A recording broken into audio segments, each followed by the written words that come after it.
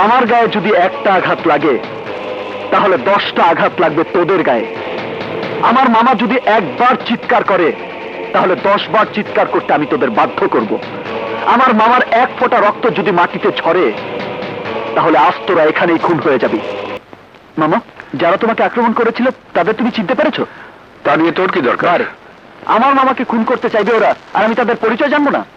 বলো মামা, তোমাকে আমার কসম, বলো মামা, বলো বলো বলো মামা, বলো বলো ওরা কারা, বলো মামা।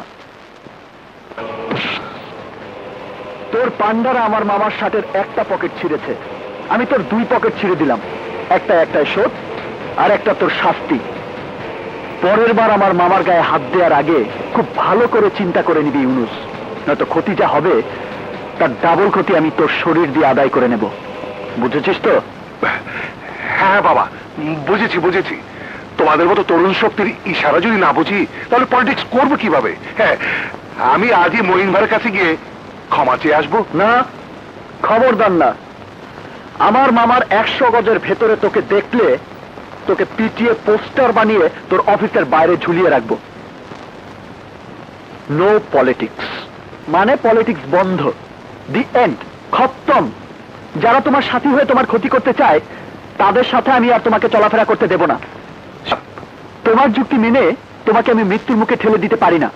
কাল থেকে তোমার রাজনীতির কোনো দরকার নেই। আমরা যেভাবে চলছি সেভাবে চলতে পারলেই আমরা খুশি। আমি তোমার কোনো কথা শুনতে চাই না। ছোটবেলায় বাবাকে হারিয়েছি, তুমি বাবার মতো ছায়া দিয়ে আমাকে মানুষ করেছো। একটু ভুলের জন্য সেই ছায়া আমার মাথার উপর থেকে সরে যায়। আমি তো চাই না মামা। হ্যাঁ, মামা আছে যেখানে আপদ নাই সেখানে। নাউজুবিল্লাহ নাউজুবিল্লাহ। জুম্মাবারের দিন এটা কি কাজ করলেন বড় ভাই? ওই কেটা তুই? মায় হাউস করে একটা নাম রাখছিল ক্যাম, কিন্তু এই মহল্লার ব্যাপক মানুষ আমাকে ডাকে কীটনাশক। কিসের জন্য কীটনাশক বলে তর্জমাটা শুনেন ভাইজান। এই মহল্লায় বাইরে থেকে যত কীট পতঙ্গ আসে তাদের আমরা বিনাশ করি বলেই তর্জমা আমাকে সবাই কীটনাশক বলে, সবাই বলেন আলহামদুলিল্লাহ। আলহামদুলিল্লাহ। আমি কেটা চিনোস আমারে? আমি হইলাম টায়ার কাজের বড় ভাই নাইরা নাদের। তাহলে তো টায়ার পাঞ্চার করে দিতে হয়। টাকা বের কর। কে টাকা? আপনি কি আমার টাকা পাইবেন নাকি? শালা, ওই পিচ্চির চিকিৎসার টাকা কি তোর বাপ দিব? লাগে আমারে 2টা বেশি মেরে দেন, তো আমি টাকা দিয়ে পারুম না।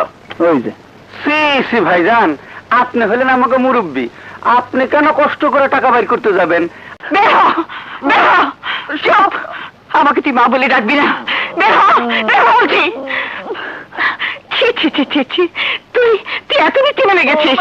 প্রেম হলেও তো বুঝতাম, কোন মেয়ের সাথে একই হোটেলে রাত কাটানো।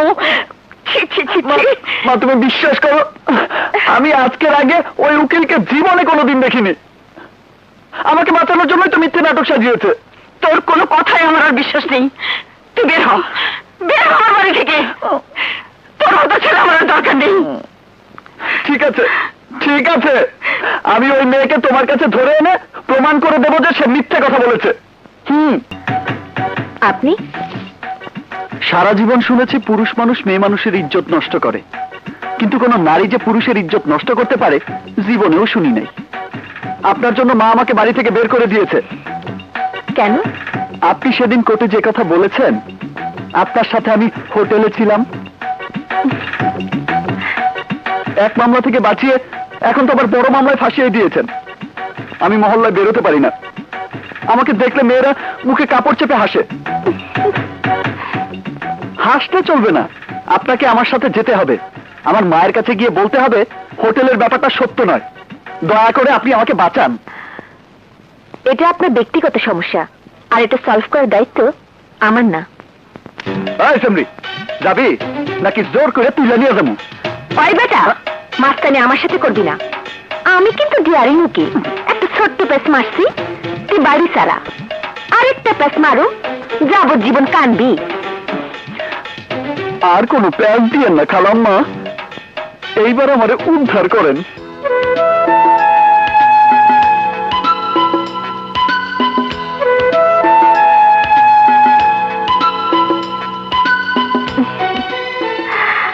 আমি যাব, বাট কোথায় আপনি? ঘুরছেন পার্কে? আচ্ছা, ওখানেই থাকেন থাকেন। সারা জীবন শুনছি মামু আছে যেখানে, আপদ নাই সেখানে, আর এখন তো দেখি মামুই আমার সবচেয়ে বড় আপদ। সারাদিন ফোন বন্ধ কেন? কথা বলছো না কেন? আরে কথা বলছো না কেন? আজকে তো হাট বাজার কোর্ট কাছারি সব বন্ধ, তারপরে ফোনটা বন্ধ কেন? মামার সাথে কাহিনীটা কি? কিছু না। কিছু না মানে? সেদিন তো দেখলাম বাসায় মামার সাথে একা একা কথা বললেন, আজকে আবার দুনিয়াদারি বন্ধ করে দিয়ে তার সাথে আপনি পার্কে। বলতে পারবো না। বলতে পারবো না মানে? তাহলে আপনি ওনাকে নিয়েই থাকেন, আমি চললাম। তোমার কোনো কথা আমাকে বলবে না তো কাকে বলবে? আমি কি তোমার সুখ দুঃখের সাথী না? Sorry, I am sorry.